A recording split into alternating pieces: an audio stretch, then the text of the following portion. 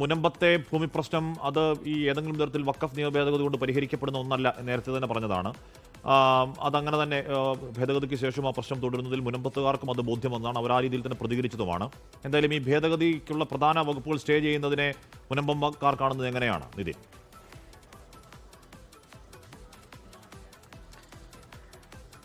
ഹാഷ്മി, 338-ാം ദിവസമാണ് മുൻപത്തെ സമരസമിതിയുടെ സമരം ഇപ്പോഴും തുടരുന്നത്. റവന്യൂ അവകാശങ്ങൾ പുനഃസ്ഥാപിക്കണമെന്നാവശ്യപ്പെട്ടുള്ള സമരം ഇപ്പോഴും തുടരുകയാണ്. വഖഫ് നിയമ ഭേദഗതി നടപ്പാകുമെന്ന പ്രതീക്ഷയിലാണ് ഈ മുൻപം ജനതയുള്ളത്. നിയമ ഭേദഗതിയും അതോടൊപ്പം നിലവിലെ സുപ്രീം കോടതി ഉത്തരവും നേരിട്ട് ഈ ജനതയെ ബാധിക്കില്ല എന്നാണ് ഇവരുടെ നിലപാട്. എന്തായാലും ഈ സുപ്രീം കോടതിയുടെ ഉത്തരവ് ഏത് നിലയിലാണ് ഈ മുൻപം ജനത സ്വീകരിക്കുന്നതെന്ന് എന്തായാലും ഇപ്പോൾ ഈ മുൻപം സമരസമിതി നേതാവ് ബെന്നി ഇപ്പോൾ നമ്മളൊപ്പം ചേരുകയാണ്.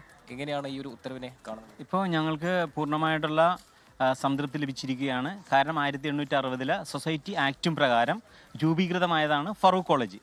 അത് ഫറൂഖ് കോളേജിന് പൂർണ്ണമായ അധികാരമുണ്ട്.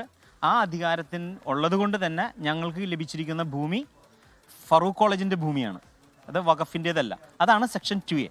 സെക്ഷൻ 2A സ്റ്റേ ചെയ്യാത്തത് ആശ്വാസകരം. സെക്ഷൻ 2A സ്റ്റേ ചെയ്തിട്ടില്ല. സൊസൈറ്റി രജിസ്റ്റർ ചെയ്ത ഭൂമി സൊസൈറ്റി വരികയാണെങ്കിൽ വഖഫായി കാണേണ്ടതില്ല. അതിൻ്റെ പൂർണ്ണ അധികാരം ആ സൊസൈറ്റിക്കാണ്, ആ ട്രസ്റ്റിനാണ്. ആ ട്രസ്റ്റാണ് ഫറൂഖ് കോളേജ്. ഇത് തന്നെയാണ് ഷിയ വിഭാഗത്തിലെ മഹാരാഷ്ട്രയിലെ ബോറക്കും അഖാഖാനിക്കും പേരെടുത്ത് പറഞ്ഞു. അതോടൊപ്പം തന്നെ ഏതെങ്കിലും ഒരു ട്രസ്റ്റിന് ഭൂമി ലഭിച്ചിട്ടുണ്ടെങ്കിൽ അതിൻ്റെ പരമാധികാരി ആ ട്രസ്റ്റുകൾക്ക് തന്നെ ആയിരിക്കും.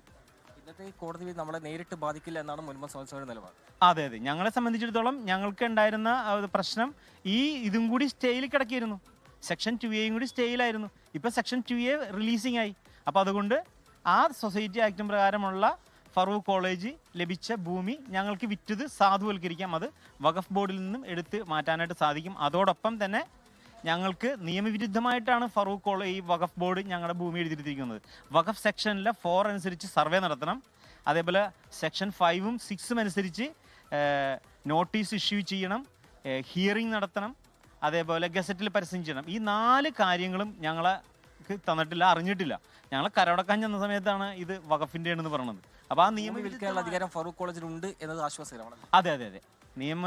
നിയമപരമായിട്ട് ഇപ്പോൾ ഫറൂഖ് കോളേജ് ഇതിൻ്റെ പൂർണ്ണ അധികാരിയായിട്ട് മാറിയിരിക്കുകയാണ്.